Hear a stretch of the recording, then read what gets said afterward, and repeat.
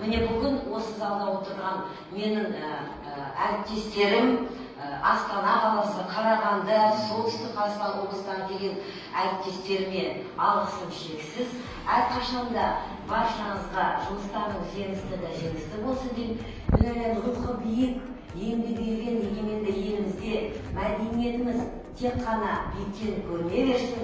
Осы ашылуы деп біз әлемді адамдардың айрықшы көңілі қойды. Тастары, қоладары, темірдары дегенде, қоладарын айтқанда біз тарихта бірінші курстан бастап осы беғаздан былай мәдениет айтады.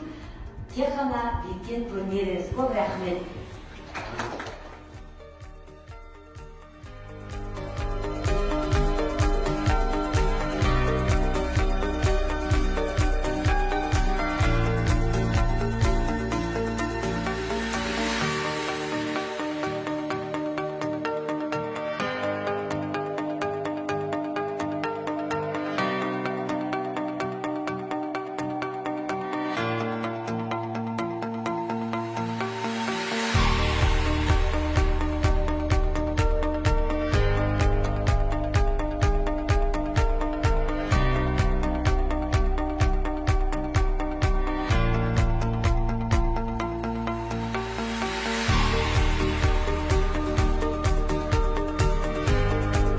Құрметті көкшетаулықтар, бүгін міне бір үлкен шараның куәгері болып отырмыз. Жалпы Әлкей Марғұлан Хақанұлының 120 жылдығына байланысты ұйымдастырған конференция өз мәресіне жетті.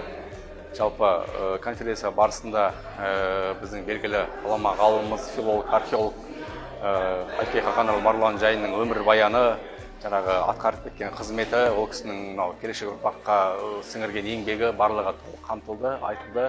Іс-шара өте бір ауқымды, жақсы нәтиже берді. Қатысқан барлықтарыңызға рахмет айтам. Келешекте жастарымыз, жаңа студенттер, оқушылар қатысты ғой. Осы оқушы студенттерге осы мағлұмат мен өте үлкен әсер береді деген ойдамын.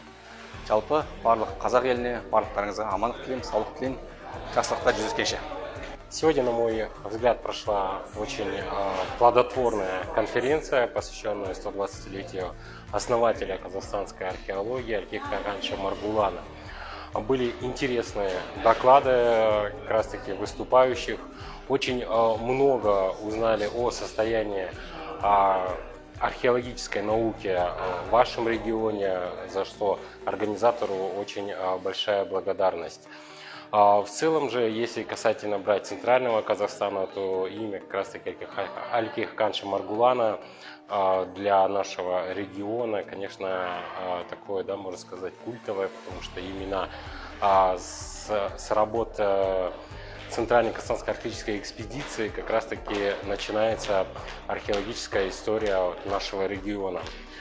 Огромное спасибо организаторам за такую вот плодотворную конференцию.